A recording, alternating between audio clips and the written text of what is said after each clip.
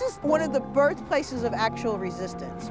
Because back in the days, like when indigenous populations, when colonization was happening, they were getting pushed further and further back. This is the place they came because the Europeans had no idea what to do with this, right? They had no idea how to live. In the days where there were slaves, people would run away. There were whole maroon, what they call maroon colonies of mixed people that made their life out here and lived out here. And a lot of the people, the Acadians that were coming from, kicked out of Nova Scotia and pushed down here, all those people still live here.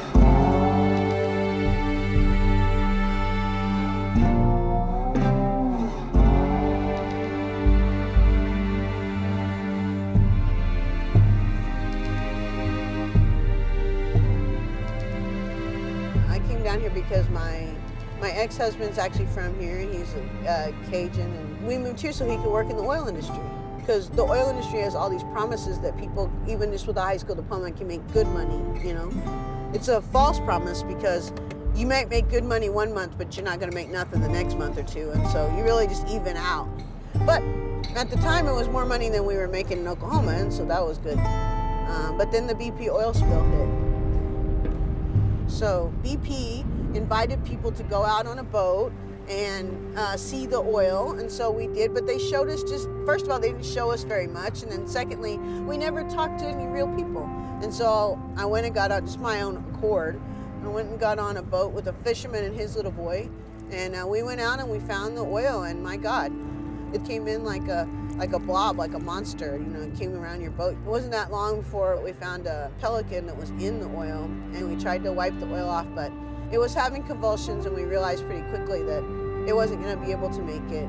And so I'm just on this boat with like this little boy and this gigantic Cajun big fisher guy, and he just falls on his knees, and he just like fell apart, and he's crying. And so the little boy starts crying too, which means I start crying too, so we're all just sitting there in like this circle around this, like, you know, this poor dying bird, and it did die. And I remember coming home that night, I was looking in the mirror and just being like, how I contributed to this, and what can I do to change it, because it's just all so fragile. People think the earth is just she's just so tough, and she is, you know, but being out there and just not hearing any kind of life in a place that should have just been teeming with life, and then just having silence, it was choking you and choke you out.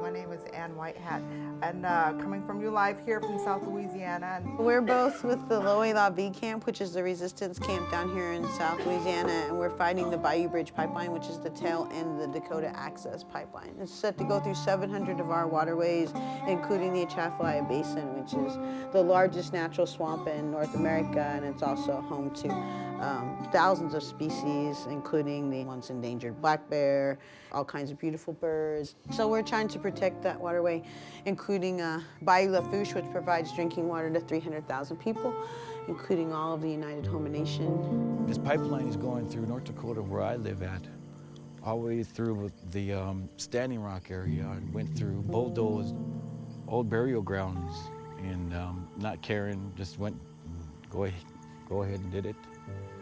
So that's another thing that really what brings me here, is to actually stop the end of this black snake that went through my state.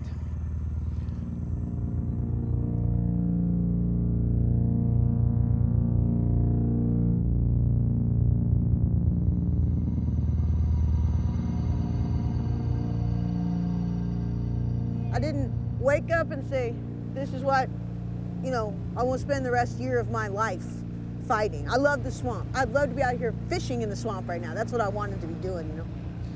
But can't fish in this.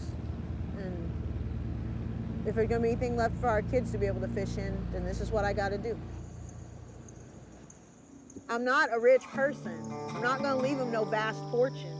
All I have is the common goods that we all have, you know. So it's my job, I feel like, to take care of it so they'll have it, you know? Them and my grandkids too.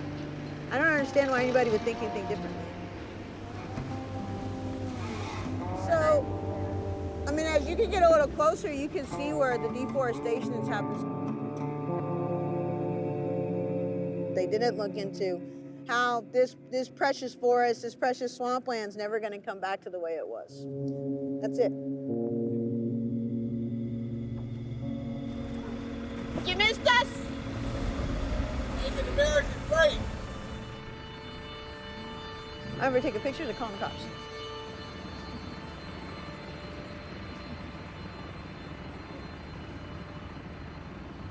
This is the easement. This is Bayou Chene that we're on right here. Those big black things, those are floaters. And what they do is they make a big ditch, right? They put the pipe on like a rotation and they have those attached to them. And then when they get it all welded and laid out, they cut those and the floaters come off and they restack them and the pipe falls down into the ground.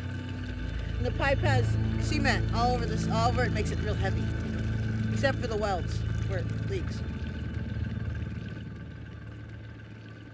Yeah, it's probably some kind of methane bubbles or something that's coming out of this line right here, but that's the problem, is they come out here and they build this oil infrastructure and then there's no accountability, because a lot of times these companies that build this stuff, they go out of business or they change their name and become something else, and then they don't have any responsibility to come back and clean this, and nobody, according to the courts, they can't make them either. And so now who's going to fix that? Nobody. It's going to sit there and run whatever that is out under the water and into the air. You see back here, I don't know if you can see it from here, but you know, there's big flares where they're just like, you know, flaring off gas, you know. I mean, it's just the waste of it. And so instead of like saying no, like there's no more, you can't do any more until you fix what you've broken, our like crazy systems are just saying no. Let's just keep allowing for growth and to keep allowing for these people to be getting rich off of our resources, off of our natural world.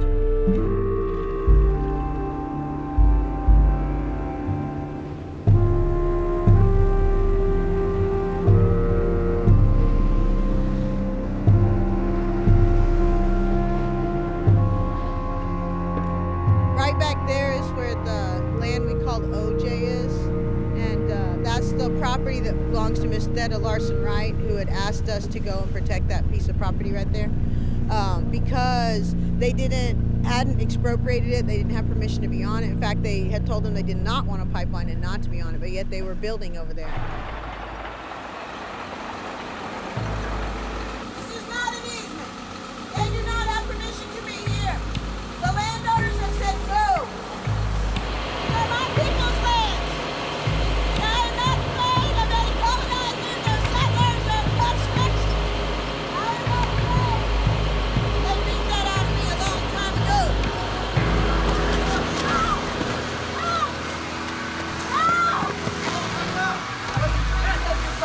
He's not resisting. He's not resisting. Let him out! He's back. Let him go! You understand that? I'm trespassing. If you don't want to go, you better. No! We're not trespassing. You are trespassing. 3 for everyone you take. There will be 3 more. Oh, fuck. You did it! Brothers and sisters! No, y'all, please don't start first. Stop shooting her! Stop shooting her! He's back. Oh! Please!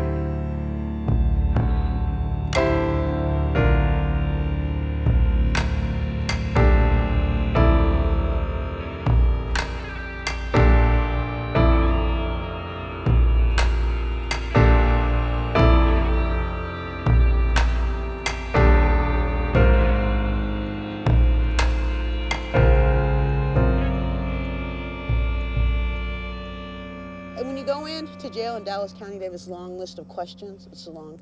One of the questions was, do you have a chronic illness, you know? And I'm being a jackass because I'm a jackass. So I was like, yeah, it's colonization. And she said, well, how do you spell that? And so then I was kind of running with it because she's fucking serious, right? So I was like, really? Okay. C-O-L-O. And I thought she'd be like, stop being a dumbass. But instead she was just like, yeah, okay. All right, so I go to see the nurse, you know. And she's just like, by the way, didn't ask me one goddamn question about my arm. I was like, oh, I hurt my arm. She's just like, yeah. Anyway, it says right here that you have a chronic illness of, what is that? Colonization, you know? And like being a smart, I was like, yeah. I said, that's when white people crawl up your ass and refuse to leave, like that. And she's just like, took her paper down, stamps that shit. 2 cops came in and took my ass to solitary. Nobody said a word. No change of expression. It was the funniest joke ever told and well worth the 7 hours of solitary. At least 3 hours in. 3 hours in, I was just like, it was funny. What was it, 7 hours I don't in know. solitary funny? And I wasn't exactly sure how long I was going to be there. I was like, let's just hope that they're not keeping me for those 3 days.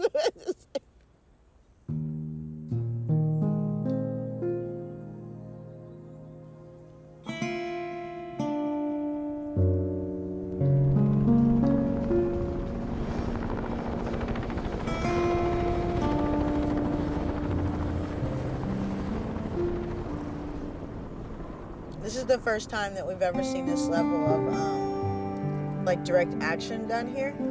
And I think it took some people by surprise. But you don't get to tell people what they should and shouldn't do when they're fighting for their own liberation. I always say, like, it's not right for anyone to tell the rabbit how to get itself out of the mouth of the coyote. That's up to the rabbit, know what I'm saying? Go after the coyote. Then we'll talk about whose side you're on.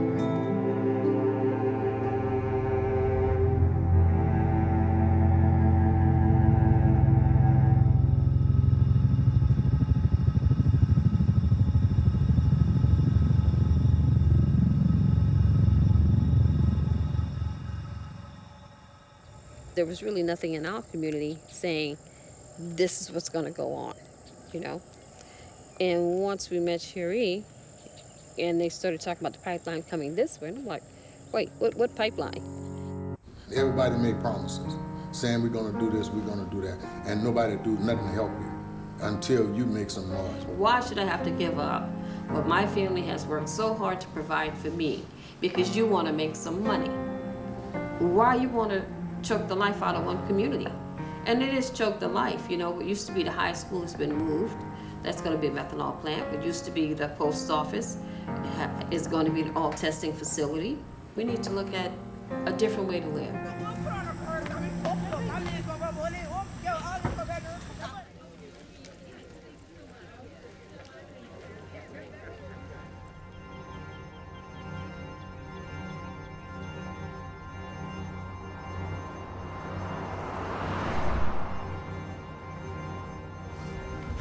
My 3-year-old child told me, Mommy, my nose doesn't work. No child should have to do that. No child should have to say, my nose doesn't work, Mommy. Why doesn't my nose work? Because I can't breathe. It's time out. We have people here who have retired. They've spent their whole lives here in St. James Parish. Yes. The elderly should not have to deal with unclean air, polluted water.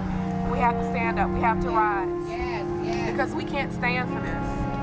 If we stand for this, we'll fall for anything.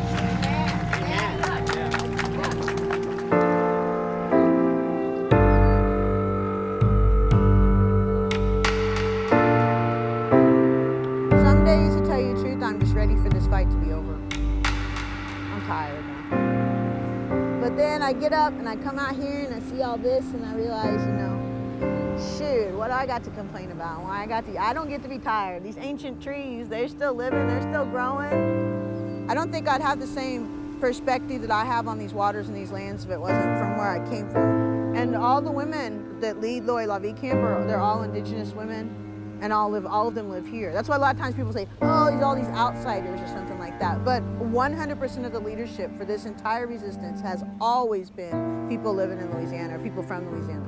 So what? It's not my fault Energy Transfer Partners made enemies all up and down, all over this damn country and world because they're such a horrible, sorry-ass company. I didn't do that to them. They did that. They made the enemies themselves. So yeah, a lot of people want to come down and fight the sons of bitches. Of course they do. And they're gonna keep fighting. I can tell you this, when this fight's over and ETP goes somewhere else, if I get the chance to be supporting some other group of people that are fighting, I'll be right there standing right next to them. So that's how it works, you know?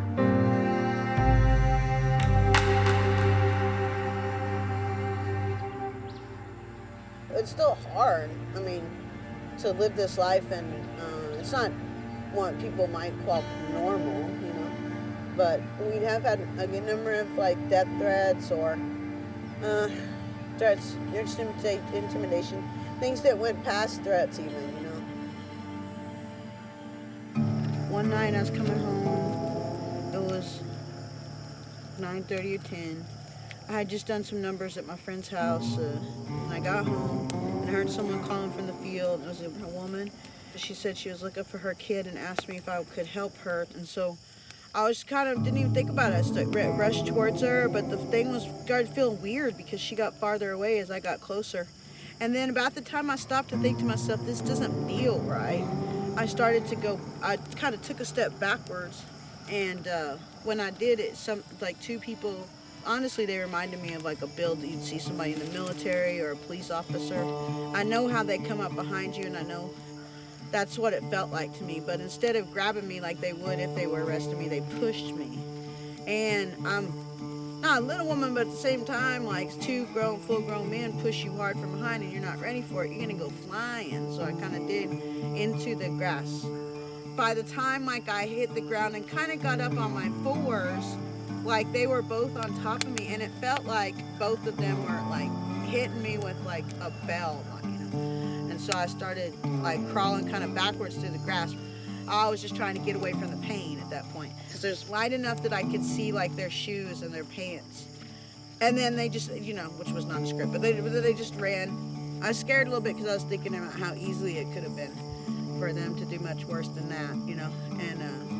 And then I just I got up and I made sure, just kind of checked myself, got into the house as quickly as possible. I could lock the door, and my middle son, who's 14, he was kind of up and wondering, and he was just like, oh, you know what happened? Or just kind of looked at me, you know, and I was just like, well, I said, I just fell like that. And he was just like, ooh, I don't know, it's just not something you want to talk about with your kids. I'm supposed to take care of all their, I'm supposed to protect them and take care of all their pain. I don't want them to have to think about protecting me or taking care of mine, because they're just kids, and you know, they didn't ask for this. So it's a shame that I do have to like do this, but I do feel like I have to, you know what I mean, in order to save something for them.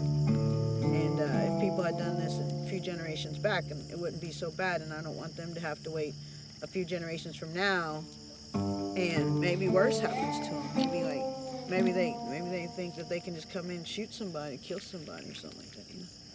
And everybody deserves to have clean water. It's a righteous cause, and everybody should fight for it, you know.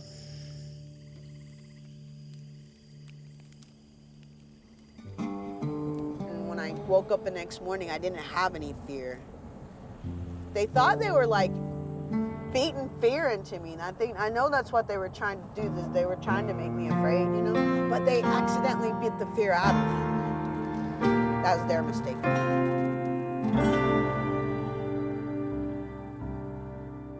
Folks across the country really need to be keeping an eye and an ear towards the South and how things are happening here, because they're pushing really aggressively against us right now. There's like 17 of us who are facing felony charges under the new anti-protest law. They're using this law to frame pipeline construction as critical infrastructure, and that supersedes water.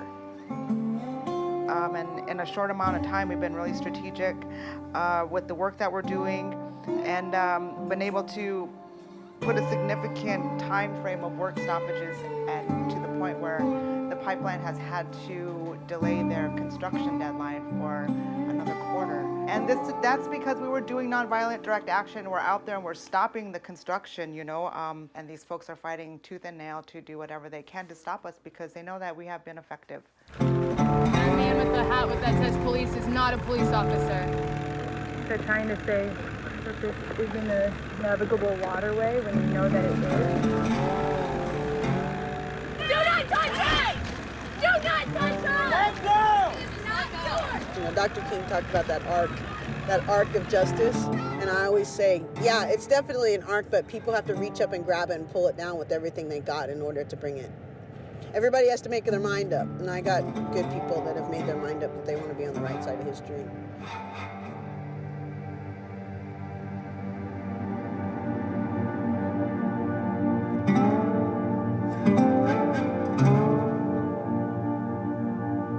As long as I've been out here, and I've been out here for months and months and months now, just like living and, you know, going back and forth and stuff. And there's always something magical out here.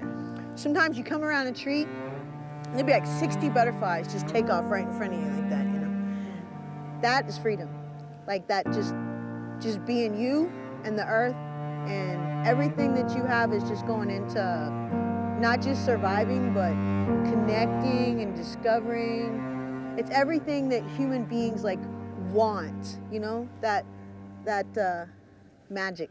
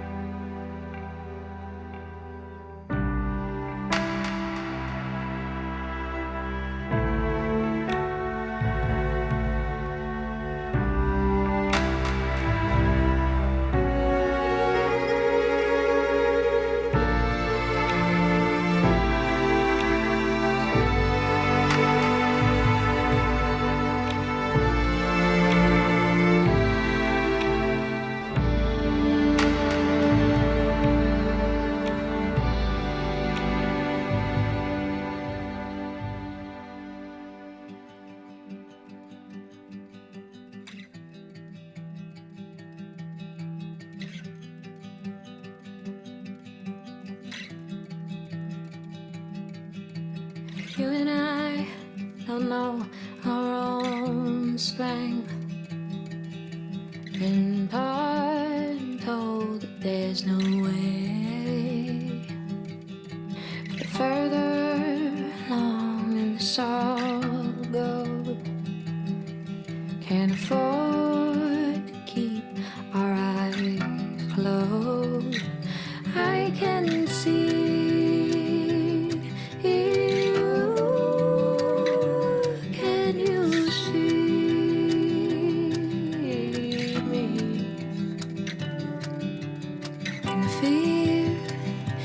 Just fades away in our fire. Darkness has no place in our fire.